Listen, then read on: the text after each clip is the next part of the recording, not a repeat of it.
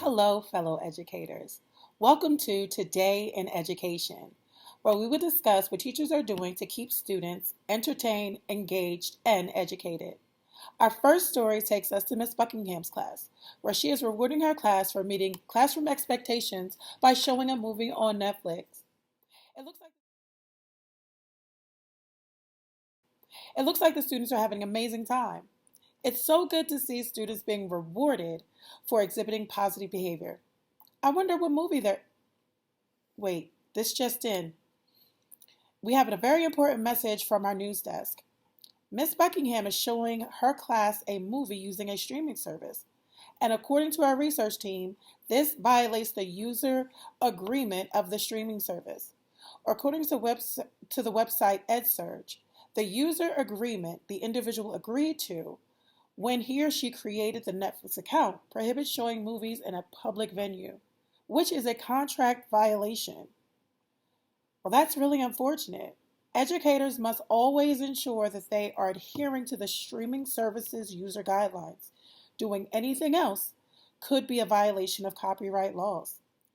Now, our next story takes us to an amazing educator, Miss Clark, who has been hailed by her colleagues for going above and beyond for her fellow teammates. Miss Clark is always looking for ways to shoulder the load for her team by covering lunch duties, walking extra students to their buses, and making copies of class sets of literary works that she has purchased. Wow, she sounds amazing. Oh, okay. Uh-huh. Folks, we have another breaking update. Turns out that Miss Clark is violating copyright laws by making class sets for her teammates. By making teammates.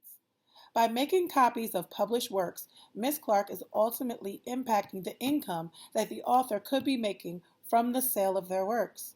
According to the website Nolo, consider the effect of the use upon the potential market for the copyrighted work. If a teacher hands out free copies of a poet's poetry, surely that poet is losing substantial revenue in the form of book sales as a result. This is quite interesting. I'm sure that Ms. Clark meant no harm, but even good intentions can have harmful outcomes. For our last story, we'll be heading into the art class of Mrs. Cade.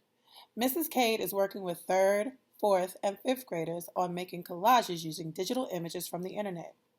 This collage assignment is designed to promote self-expression by having students find 5 images from the internet and add them to an All About Me collage. This sounds truly remarkable and really warms my heart. I'm really excited to hear when teachers are using art to help students express themselves. Well, all right, fellow educators. We have another breaking update from our research team. Many people, not just teachers, forget that online images must be cited or given credit to when used.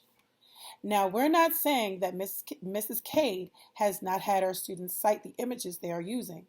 We simply wanted you, the viewer, to be aware that all published work, from written text, videos, pictures, and images, are given credit in every assignment. Looks like we have learned a lot about what's going on in the world of education, as well as what's going on in the world of copyright law. I really hope you've enjoyed this week's episode and plan to join us again here on Today in Education. Thank you and have an amazing day, educators.